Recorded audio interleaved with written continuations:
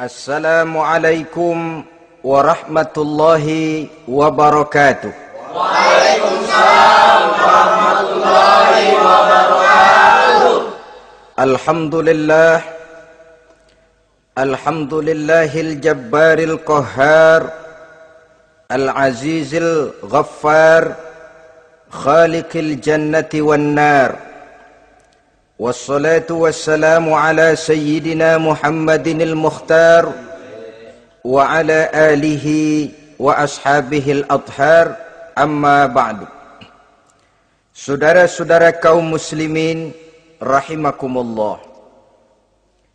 Pada pertemuan terdahulu di dalam membicarakan tentang hari kiamat, saya sudah menjelaskan bahwa setelah manusia menghadapi pengadilan Qadhi Rabbul Jalil, pada akhirnya terbagilah manusia dalam dua kelompok besar, fariqun fil jannah wa fariqun fis sa'ir.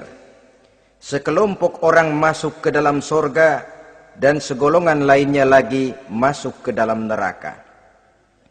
Maka pada pertemuan kali ini kita akan membicarakan tentang surga dan calon-calon penghuninya.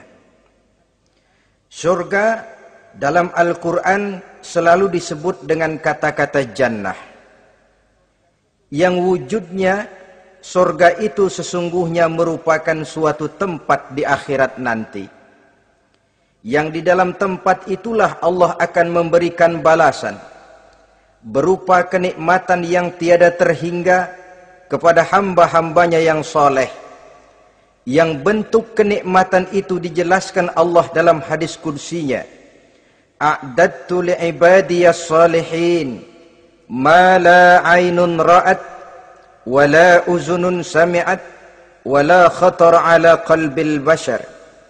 Aku sediakan buat hamba-hambaku yang soleh satu kenikmatan yang belum pernah dilihat oleh mata, belum pernah terdengar oleh telinga, dan belum pernah terdetik dalam hati manusia tentang kenikmatan yang semacam itu. Jadi kalaupun dalam banyak ayat-ayat Al-Quran Allah menggambarkan tentang surga yang di bawahnya mengalir sungai-sungai, jangan disamakan dan dibandingkan dengan sungai yang ada di dunia ini. Kalau surga bercerita tentang pohon dengan segala buah-buahnya, jangan samakan dengan pohon dan segala buah-buahan yang ada di dunia ini.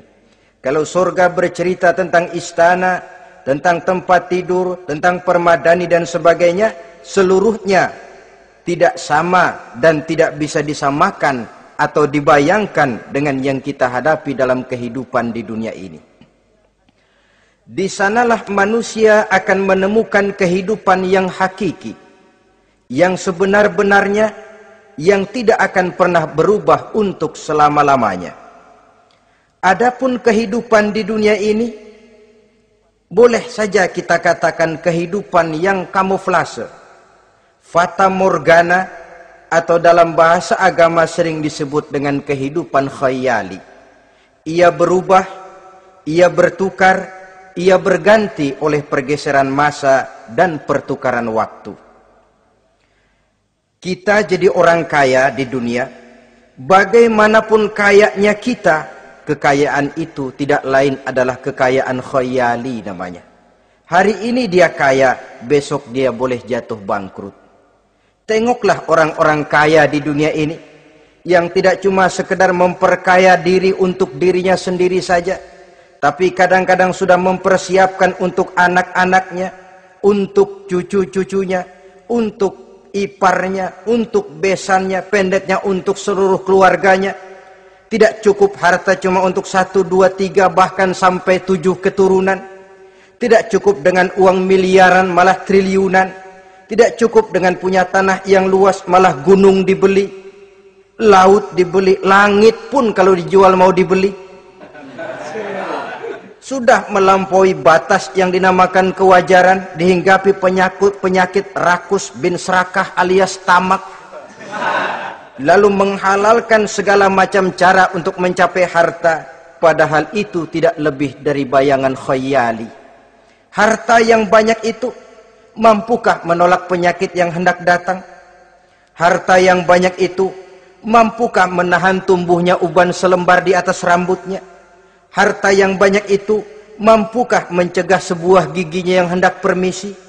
Dan pada akhirnya, harta yang begitu banyak itu, mampukah menolak kedatangan malaikat maut? Sama sekali ternyata tidak. Itulah kekayaan khayali namanya. Karena itu orang yang terbuka mata hatinya, dia tidak hanya mengejar kekayaan khayali ini, dia mengejar kekayaan hakiki yang terpendam di dalam kepribadian berupa al-akhlaqul karimah. Akhlak dan budi pekerti yang terpuji yang menghiasi jiwa dan kehidupannya. Ada sifat sabarnya, ada sifat syukurnya, ada sifat qanaahnya, dan segala macam akhlak yang terpuji. Itulah kekayaan jiwa yang tidak bisa dinilai dengan materi. Kita punya pangkat, jabatan, kedudukan tinggi, pangkat apapun di dunia ini sesungguhnya tidak lebih dari pangkat khayali. Buktinya bahwa dia pangkat khayali, pangkat di dunia ini selalu ada bekasnya. Saudara kenal ada bekas camat? Ada? Ada bekas lurah, ada bekas gubernur, ada bekas menteri, ada bekas presiden. Hari ini dia lurah, besok bekas lurah. Hari ini dia camat, besok bekas camat. Hari ini dia menteri, besok bekas menteri. Pangkat khayali. Maka Quran menganjurkan jangan pangkat khayali yang kita kejar mati-matian. Sampai menggunakan sistem jilat atas, injak bawah, sikut kiri kanan, yang penting dapat kedudukan. Padahal itu tidak lebih daripada pangkat khayali. Quran menganjurkan carilah pangkat hakiki. Kedudukan di sisi Allah, maqam di sisi Allah, itulah pangkat yang sebenarnya. Apa jalan ke arah sana? Quran memberikan petunjuk. Wa minal laili fatahajjad bihi nafilatan lak asa ayyab'asaka rabbuka maqaman mahmuda. Di keheningan malam, dikala orang tidur nyenyak, bangunlah engkau tahajud kepada Allah Tuhanmu. Pasti kalau itu kau laksanakan, Allah akan menempatkan engkau di satu tempat yang terpuji, mendapat pangkat yang hakiki dan bukan sekedar pangkat khayali.